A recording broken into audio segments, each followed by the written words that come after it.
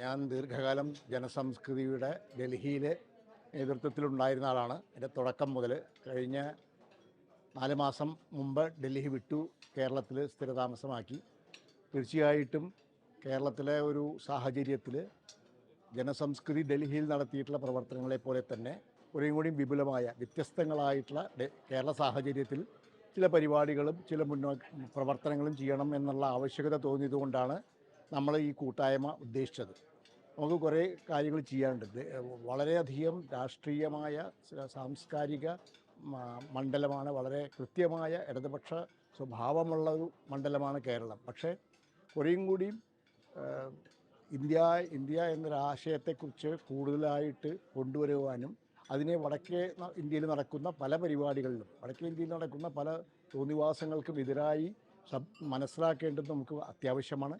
അതെല്ലാം ഈ നമ്മളുടെ അനുഭവവും നമ്മൾ കുറേ വർഷങ്ങളായി ജീവിച്ച് നമ്മുടെ ഡൽഹിയെ പോലുള്ള മണ്ണിൻ്റെ മനസ്സിലാക്കിക്കൊണ്ട് അതെങ്ങനെ കേരളത്തിലും അത്തരത്തിലുള്ള പ്രവർത്തനങ്ങൾ മുന്നോട്ട് കൊണ്ടുപോകാൻ കഴിയും എന്ന ആലോചനയും കൂടിയും ഉണ്ട്.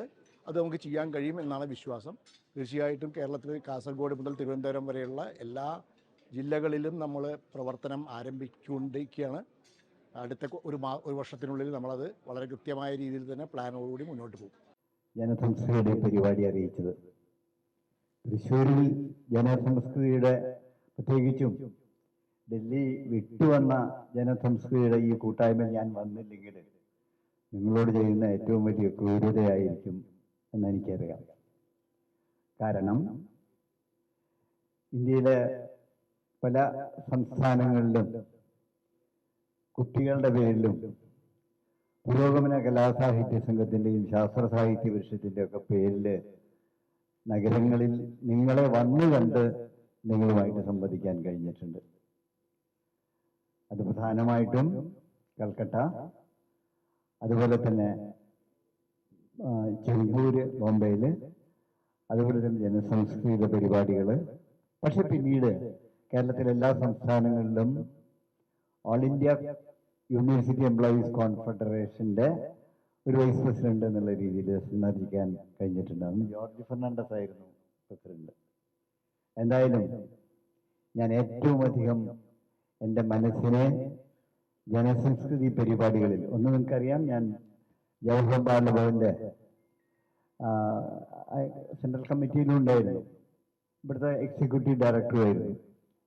അപ്പം അതിനു വേണ്ടിയിട്ടും പലവട്ടം വരെയുണ്ടായി. പക്ഷെ ആദ്യം എന്നെ ഡൽഹിയിൽ ദാമോദരൻ പിടിച്ചു നിർത്തിയത് ഞാൻ ഹിമാചൽ പ്രദേശിൽ പോയിട്ട് മടങ്ങി വരുമ്പോൾ എൻ്റെ ടിക്കറ്റൊക്കെ ക്യാൻസൽ ചെയ്ത് ഒരാഴ്ച ജനസംസ്കൃതി പരിപാടിയിൽ പങ്കെടുക്കണമെന്ന് പറഞ്ഞാണ്. അത് കൂടാതെ തന്നെ സപ്തഹാഷ്മി, ആ പ്രിയ സഖാവിനെ നേരിൽ പരിചയപ്പെട്ടത് ജനസംസ്കൃതിയിലൂടെയാണ്. മെഷീൻ എന്ന നാടകം അവിടെ വന്ന് എനിക്ക് ഉദ്ഘാടനം ചെയ്യാനുള്ള ഭാഗ്യവും ലഭിക്കുകയുണ്ടായി. പക്ഷെ അത് കഴിഞ്ഞ് 1 വർഷം കഴിഞ്ഞപ്പോഴാണ് ഞെട്ടിപ്പിക്കുന്ന ആ വാർത്തയും ജീവിതത്തിൽ കേൾക്കേണ്ടി വന്നത്. ഇപ്പൊ ദാമോദരനൊക്കെ മടങ്ങി വരുമ്പോഴും നേരത്തെ ചില സ്കൂൾ ബന്ധങ്ങൾ ഉള്ളത് കൊണ്ട് ഞങ്ങൾ കാണാറുണ്ട്. ഞങ്ങൾ നാട്ടുകാരാണ്. പുഷ്പാങ്കതനാണെങ്കിൽ എന്നെ ഡൽഹിയിൽ പലപ്പോഴും താമസിപ്പിച്ചിട്ടുണ്ട്, മയൂർ വിഹാറിൽ. അങ്ങനെ ഒട്ടേറെ ആൾക്കാരുണ്ട്. കാലം പലപ്പോഴും നമ്മളെ മറവിയിലേക്ക് നയിക്കുന്നു എന്നുള്ളതും വളരെ ശരിയാണ്. പക്ഷെ ഞാൻ നിങ്ങളോട് പറയട്ടെ, ഏറ്റവും സന്തോഷം ഈ യാത്രകൾ എന്നെ, ഡൽഹി ജനസംസ്കൃതി അടക്കമുള്ള യാത്രകൾ എന്നെ ലോകത്തിലെ കുട്ടികളെ കണ്ടു പഠിക്കാൻ ഉള്ളൊരു പ്രേരണ നൽകുകയുണ്ടായി. ഒരു 10-12 രാജ്യങ്ങൾ ആഫ്രിക്ക തൊട്ട് തുടങ്ങിയിട്ടാണ്, ഉഗാണ്ട തൊട്ട് തുടങ്ങി ഓസ്ട്രേലിയയിൽ ആ യാത്രകൾ വന്നെത്തി നിൽക്കുക. അതിൽ നിന്ന് കിട്ടിയ അറിവ്, കുട്ടികളിൽ നിന്ന് ലഭിച്ച അറിവ് വളരെ അത്ഭുതകരമാണ്. ഇതും ഒരു പുതിയ അറിവാണ്. ജനസംസ്കൃതി തൃശ്ശൂരിൽ, കേരളത്തിന്റെ സാംസ്കാരിക തലസ്ഥാനമായ തൃശ്ശൂരിൽ ഒത്തുചേരുകയാണ്. ആ ഒത്തുചേരൽ കേരളീയരെ സംബന്ധിച്ചിടത്തോളം അത് വളരെ വലിയ അത്ഭുതമാണ്. ഈ ഒത്തുചേരൽ കേവലം ഡൽഹിയിലെ ആൾക്കാർ മാത്രമായി പോരാ, ഇന്ത്യയിലെ വിവിധ സംസ്ഥാനങ്ങളിലെ, എവിടെ ചെന്നാലും മലയാളികളുണ്ടല്ലോ, അവിടുത്തെ സംസ്ഥാനങ്ങളിലെ കൂട്ടായ്മകൾ കൂടി കൂട്ടിക്കൊണ്ടുപോകാൻ ജനസംസ്കൃതി നേതൃത്വം വഹിക്കും എന്ന് ഞാൻ വിശ്വസിക്കുകയാണ്. എന്തൊക്കെയായാലും തൃശ്ശൂരിൽ നിങ്ങളെത്തുമ്പോൾ നിങ്ങളെ സ്വാഗതം ചെയ്യുമ്പോൾ തൃശ്ശൂർ ഇപ്പോൾ വളരെ സമ്പന്നമായിരിക്കുകയാണ്. കലോത്സവം 64ാം കലോത്സവത്തിൽ 1ാം സ്ഥാനം 2ാം സ്ഥാനം ആയെങ്കിലും അതിൽ ആതിഥ്യമരുളിയപ്പോൾ അത് വലിയ പ്രാധാന്യമായി. അത് കഴിഞ്ഞത് ടെക്നിക്കൽ കലോത്സവം ഇവിടെ വന്നു.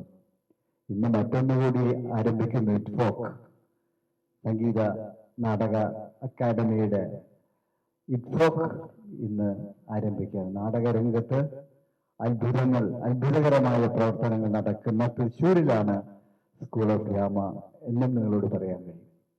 നിങ്ങളുടെ ഒരു കാര്യം കൂടി ഞാൻ പറയുന്നത് പുറമേ നിന്ന് വന്നവരോട്, അതായിട്ടില്ല, താമസിയാതെ നിങ്ങൾക്ക് സുവോളജിക്കൽ പാർക്ക്, ഏഷ്യയിലെ ഏറ്റവും വലിയ പാർക്ക്, അതിൻ്റെ ആരംഭത്തിന് വേണ്ടിയിട്ടും പ്രവർത്തിക്കാൻ വെറ്ററിനറി സർവകലാശാലയിലെ ഒരു ഉദ്യോഗസ്ഥനായ എനിക്ക് കഴിഞ്ഞിട്ടുണ്ട്. ആദ്യം പുത്തൂർ സുവോളജിക്കൽ പാർക്ക് എന്ന സ്വപ്നം നോവലായി എഴുതിയത് ഞാനാണ് കുട്ടികൾക്ക് വേണ്ടിയിട്ട്. ആ പുത്തൂർ സുവോളജിക്കൽ പാർക്ക് മെറ്റീരിയലൈസ് ചെയ്തപ്പോൾ നമ്മുടെ മന്ത്രി രാജൻ ആ പുസ്തകം ഉയർത്തിപ്പിടിച്ചിട്ടാണ് എഴുത്തുകാരൻ്റെ സ്വപ്നങ്ങളിൽ നേരത്തെ യാഥാർത്ഥ്യമായി എന്ന് മനസ്സിലാക്കാൻ കഴിയുന്നത്. നിങ്ങൾക്കറിയാം, മുകുന്ദനും സച്ചിദാനന്ദനും ഒക്കെ, പ്രത്യേകിച്ച് മുകുന്ദനൊക്കെ തന്നെ ഡൽഹിയിലെ വാസത്തിനിടയിൽ കേരളത്തിൻ്റെ സാംസ്കാരിക രംഗത്ത് ഉന്നതിയിലേക്ക് എത്തി നിൽക്കുന്നു എന്ന സ്ഥിതിയുണ്ട്. അപ്പോൾ അതുകൊണ്ട് പ്രിയമുള്ളവരെ, നിങ്ങൾ ജന്മനാട് വിട്ട് ഡൽഹിയിൽ പോയാലും അവിടെയും കൂട്ടായ്മകൾ ഉണ്ടാക്കുകയും, കേവലം മലയാളി കൂട്ടായ്മയല്ല എന്നെനിക്കറിയാം, കേവലം മലയാളി കൂട്ടായ്മയല്ല, മറ്റു ഭാഷ സംസാരിക്കുന്നവരും ജനസംസ്കൃതിയോടൊപ്പം വന്നിട്ടുണ്ട്, മാതൃകയാക്കി കണ്ടിട്ടുണ്ട് എന്ന് എനിക്കറിയാം. അങ്ങനെയുള്ള നിങ്ങളുടെ ജീവിതത്തിൻ്റെ പ്രയാണത്തിനിടയിൽ ഞങ്ങൾക്കൊക്കെ നോവലുകളും കഥകളൊക്കെ എഴുതാൻ കഴിയുന്ന രീതിയിലുള്ള അനുഭവങ്ങളുടെ വ്യക്തികളാണ് നിങ്ങൾ. നിങ്ങളോട് ഓരോരുത്തരോടും ഹൃദയത്തിൻ്റെ ഭാഷയിലുള്ള സ്നേഹം, സന്തോഷം. ഞാൻ കുട്ടികളോട് പാടാറുള്ള പോലെ തന്നെ ഒത്തുപിടിച്ചോളിൻ, ഒന്നായി നിന്നോളിൻ, ഒത്തിരി ഒത്തിരി ഒത്തിരി കാര്യം കേട്ടു നടന്നോളിൻ, കണ്ടു നടന്നോളിൻ. തൃശ്ശൂർ നഗരത്തിലെത്തിയ നിങ്ങളെ ഞാൻ ഏറ്റവും സ്നേഹത്തോടെ സ്വാഗതം ചെയ്യുന്നു, ഏറ്റവും സ്നേഹത്തോടെ എൻ്റെ സ്നേഹമറിയിക്കുന്നു. ലോകത്തിൻ്റെ ഏത് ഭാഗത്ത് പോയാലും നമ്മൾ ഒന്നാണ് എന്നുകൂടി പറഞ്ഞുകൊണ്ട് നിങ്ങളെ അഭിവാദ്യം ചെയ്യുന്നു. നന്ദി. 1980 രൂപീകരിച്ച പുരോഗമന കലാ സാംസ്കാരിക സംഘടന 1981 മുതൽ ഞാൻ ഈ സംഘടനയിൽ പ്രവർത്തിക്കുന്നു. ഈ സംഘടനയിൽ പ്രവർത്തിച്ചതിന് ശേഷം ആ സംഘടനയുടെ പ്രവർത്തന രീതികൾ എന്ന് പറയുന്നത് കേരളത്തിൽ നിന്നും ഡൽഹിയിൽ കുടിയേറിപ്പാർത്ത ജോലിയുമായി സംബന്ധിച്ച് ഡൽഹിയിൽ താമസിക്കുന്ന എല്ലാവരുടെയും ഒരു പുരോഗമന കലാ സാംസ്കാരിക സംഘടനയാണ് ജനസംസ്കൃതി. എല്ലാവരെയും കൂട്ടിച്ചേർത്തുകൊണ്ട് സാംസ്കാരികമായ രീതിയിൽ പ്രവർത്തിക്കുന്ന ഒരു സംഘടനയാണ്.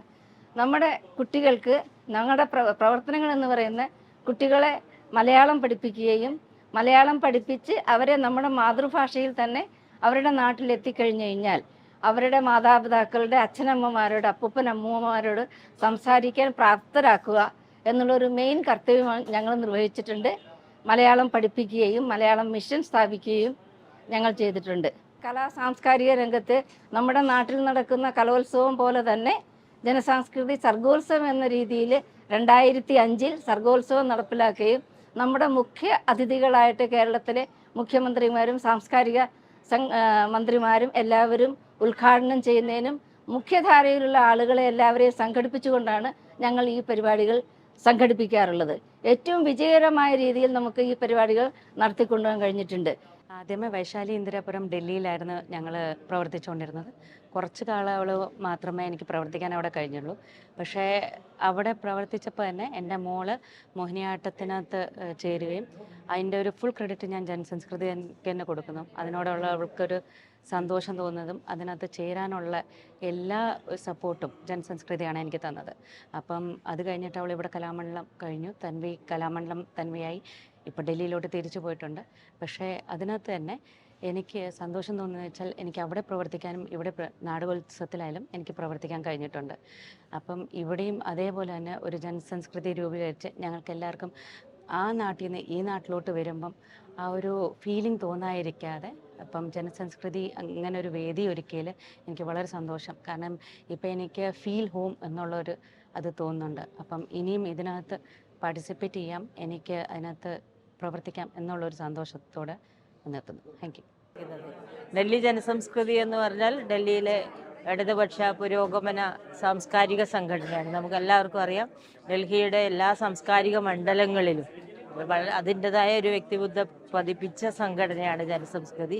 അത് പ്രക്ഷോഭ പരിപാടികളാണെങ്കിലും പ്രഭാഷണങ്ങളാണെങ്കിലും AKG മെമ്മോറിയൽ ലെക്ചർ ആണെങ്കിലും ഒക്കെ നമ്മൾ നിരവധി പരിപാടികൾ ഡൽഹിയിൽ നടത്തി മലയാളികളുടെ ഇടയിലുള്ള ഏറ്റവും പുരോഗമനപരമായ ആശയങ്ങൾ പുലർത്തുന്ന സംഘടനയാണ്.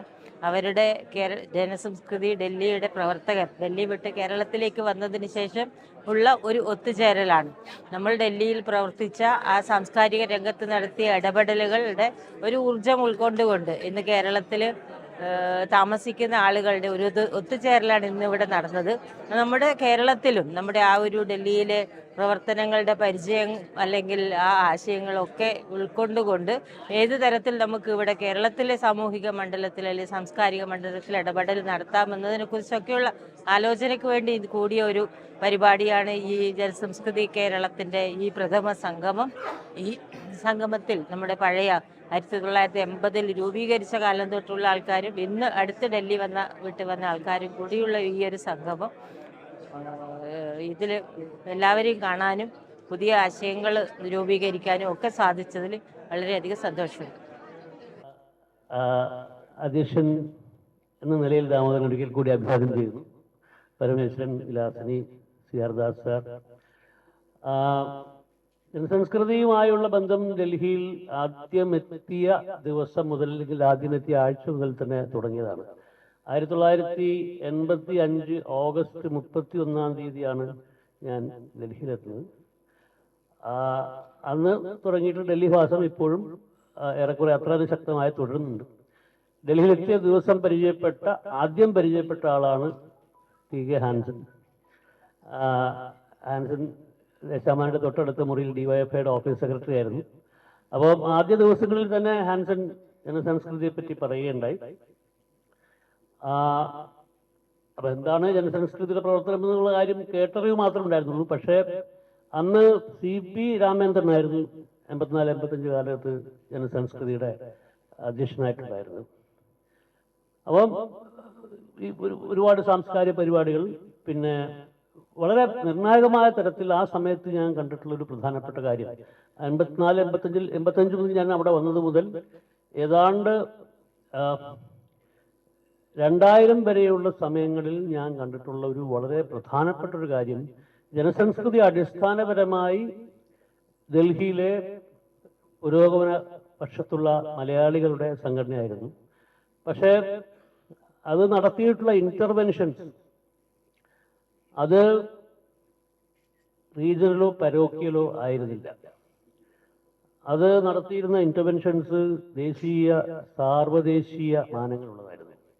എനിക്ക് കൃത്യമായിട്ട് നമ്മുടെ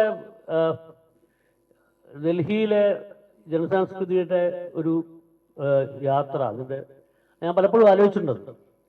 അതിനെ ഒരു ചരിത്രപരമായി അടയാളപ്പെടുത്തേണ്ട ഒരു പുസ്തകത്തിൻ്റെ ആവശ്യം സത്യത്തിലുണ്ട്.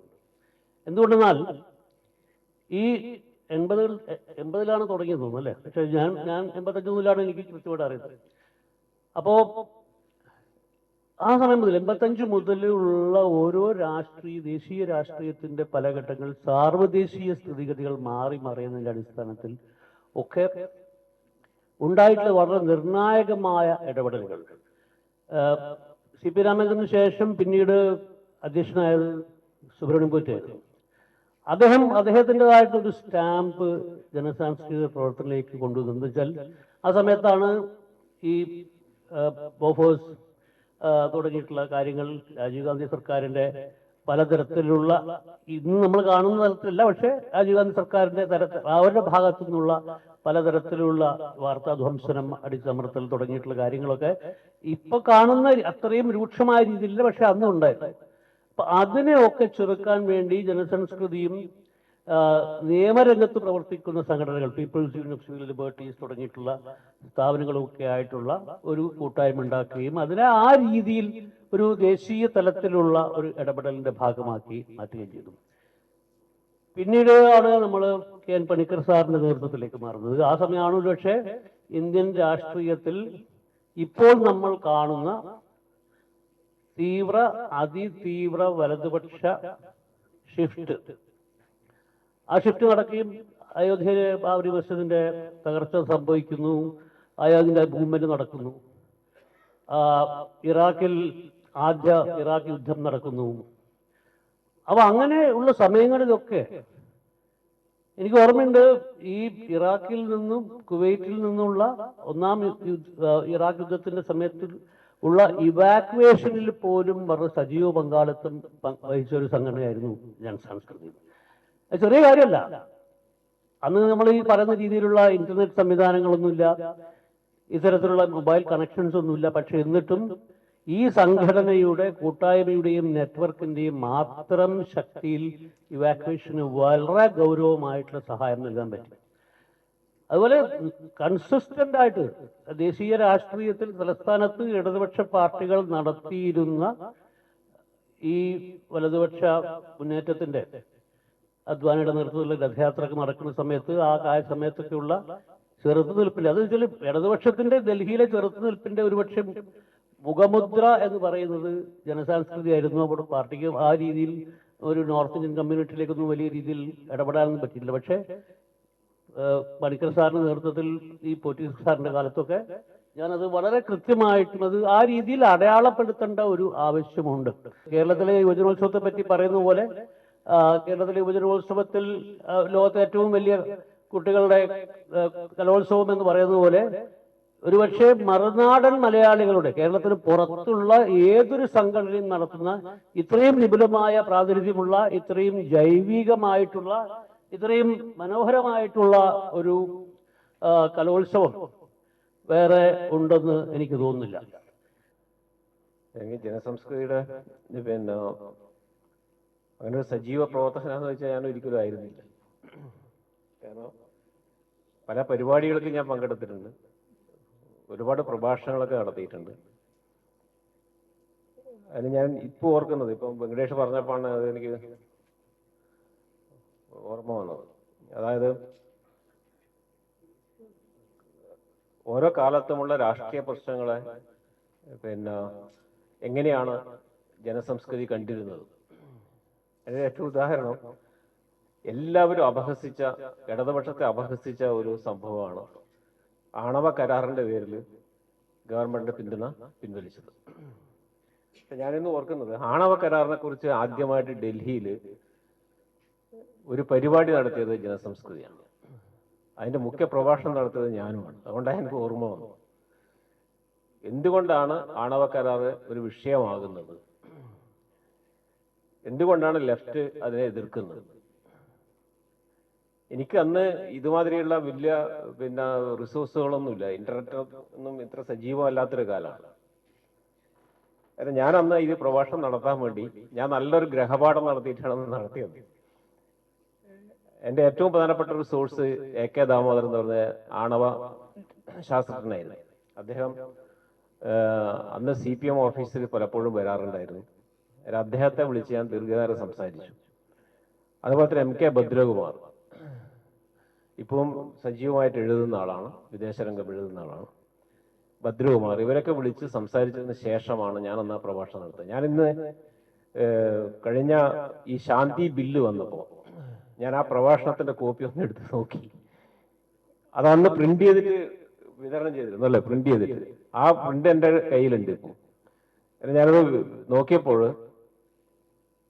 ഇന്ന് പബ്ലിക് ഡൊമൈനിലുള്ള എല്ലാ വിവരങ്ങളും ആ സംഭവത്തിൽ ഉണ്ടായിരുന്നു. അന്ന് ഇടതുപക്ഷം പറഞ്ഞ സംഭവം ശരിക്കും വസ്തുതയായി മാറുകയാണ്. കാരണം ഇതൊരു ഹൈഡാക്ടിന്റെ പേരിൽ അല്ലെങ്കിൽ ആണവ കരാറല്ല, ഇത് അമേരിക്കയുമായിട്ടുള്ള ഒരു എന്താ പറയേണ്ടത് സ്ട്രാറ്റജിക് ആയിട്ടുള്ള ഒരു റിലേഷന്റെ ബിൽഡപ്പാണ് എന്ന രീതിയിലാണ് ഇടതുപക്ഷം അതിനെ കണ്ടത്. അത് വസ്തുതയായിട്ട് വന്നിരിക്കുക. അന്ന് ആ പ്രഭാഷണത്തിൽ നമ്മൾ പറഞ്ഞ കാര്യങ്ങൾ അല്ലെങ്കിൽ ഇടതുപക്ഷം അന്ന് ചൂണ്ടിക്കാട്ടിയ കാര്യങ്ങൾ ഇന്ന് ചെയ്യുകയായിരുന്നു, ഇന്ന് യാഥാർത്ഥ്യമായിരിക്കുന്നു. ആ യാഥാർത്ഥ്യമായ കാര്യം അന്ന് കാണാൻ വേണ്ടി, അത് ചർച്ചയാക്കാൻ വേണ്ടി ജനസംസ്കൃതി എന്ന് പറയുന്ന ഒരു സംഘടന മാത്രമേ ഉണ്ടായിരുന്നുള്ളൂ. അതാ ഞാൻ പറയുന്നത്. അന്ന് ഇന്ത്യയിൽ പോലും എവിടെയും ആണവാക്രമണത്തെ കുറിച്ച് ഇങ്ങനെ ഒരു ചർച്ച നടന്നായിട്ട് ഉണ്ടാവുമെന്ന് എനിക്ക് തോന്നുന്നില്ല. കാരണം അത്രമാത്രം ഇടതുപക്ഷം അപഹസിക്കപ്പെട്ട ഒരു വിഷയമായിരുന്നു അത്. അതാ ഞാൻ പറഞ്ഞത്. അങ്ങനെ അതിന് അത്രമാത്രം പ്രാധാന്യം കാണാനോ അങ്ങനെ രാഷ്ട്രീയ വിഷയങ്ങളിൽ ഇടപെടുന്ന കാര്യത്തിൽ വളരെ സജീവമായിട്ട് ഈ സംഘടനക്ക് ചിലത് ചെയ്യാൻ കഴിഞ്ഞിട്ടുണ്ട്. അതിന്റെ ഭാഗമായിട്ടാണ് ഈ എന്താ പറയേണ്ടത്, ഹിന്ദുത്വവൽക്കരണത്തിനെതിരായിട്ടുള്ള ഒരുപാട് പ്രഭാഷണങ്ങൾ ഞാൻ തന്നെ ഒരുപാട് കേട്ടിട്ടുണ്ട്. കെ മണിക്കർ സാറെ പോലുള്ള ആളുകളുടെ പ്രഭാഷണങ്ങളൊക്കെ തന്നെ ജനസംസ്കൃതി സംഘടിപ്പിച്ച് തന്നെ ഞാൻ കേട്ടിട്ടുണ്ട്. അങ്ങനെയുള്ള വിഷയങ്ങളിൽ നമുക്ക് സജീവമായിട്ട് ഇടപെടാൻ വേണ്ടി കഴിഞ്ഞിട്ടുണ്ട്. പിന്നെ എനിക്ക് പറയാനുള്ളത്, പ്രവാസികൾ എന്നുള്ളത് ഇന്നൊരു എന്താ പറയേണ്ടത്, വേട്ടയാടപ്പെടുന്ന ഒരു വിഭാഗം. ലോകത്തിലെ തീവ്ര വലതുപക്ഷം അവരുടെ ആശയ പദ്ധതി മുന്നോട്ട് വെക്കുന്നതിൽ വളരെ പ്രധാനപ്പെട്ട ഒരു മുദ്രാവാക്യം എന്ന് പറയുന്നത് മൈഗ്രേഷൻ. മൈഗ്രേഷനെതിരായിട്ടാണ് അവര് അവരുടെ ആശയ പദ്ധതി ബിൽഡപ്പ് ചെയ്യുന്നത്. അതിലൊരു പ്രധാനപ്പെട്ട ഘടകമാണ് ഞാൻ പറഞ്ഞത്. ഇപ്പൊ അമേരിക്കയില് കുടിയേറ്റക്കാരെ ഞാൻ നേരത്തെ പറഞ്ഞമാരെ പുറത്താക്കിക്കൊണ്ടിരിക്കുക. കുടിയേറ്റക്കാരെ മുഴുവൻ പിടിച്ചു പുറത്താക്കിയോ. പക്ഷേ ഈ ട്രംപ് ആരായിരുന്നു? ട്രംപ് കുടിയേറ്റക്കാരനാണ്. ട്രംപിന്റെ മുത്തച്ഛൻ ജർമ്മനിക്കാരനാണ്. ജർമ്മനിയിൽ നിന്ന് കുടിയേറി വന്ന ആളാണ്. ഇങ്ങനെ ഈ കുടിയേറ്റ വിരുദ്ധത രാഷ്ട്രീയ മുദ്രാവാക്യമായിട്ട് വളരെ ശക്തമായിട്ട് ഉന്നയിക്കുന്ന ആളുകള് ഭൂരിപക്ഷവും കുടിയേറ്റക്കാരാണ്. പക്ഷെ അത് മറന്നുപോകുന്ന ആൾക്കാർ, അത് പറയാൻ മറന്നുപോകുന്നു. കാരണം ആ രീതിയിൽ കുടിയേറ്റക്കാർക്കെതിരായിട്ടുള്ള ഒരു വലിയ വികാരം ലോകത്തെമ്പാടും ഇന്ന് ശക്തമായിട്ട് വരുന്നുണ്ട്. അമേരിക്കയിൽ ഇന്ത്യൻ പട്ടി പുറത്തു പോകൂ എന്നാണ് കഴിഞ്ഞ ദിവസം അവിടെ ഉയർന്ന മുദ്രാവാക്യം. ഇന്ത്യൻ പട്ടി പുറത്തു പോകുന്നു. അവിടുത്തെ ഏറ്റവും പ്രസിദ്ധമായിട്ടുള്ള വാർത്താ ചാനലുകൾ ഈ ഭാഷ ഉപയോഗിക്കുകയാണ്.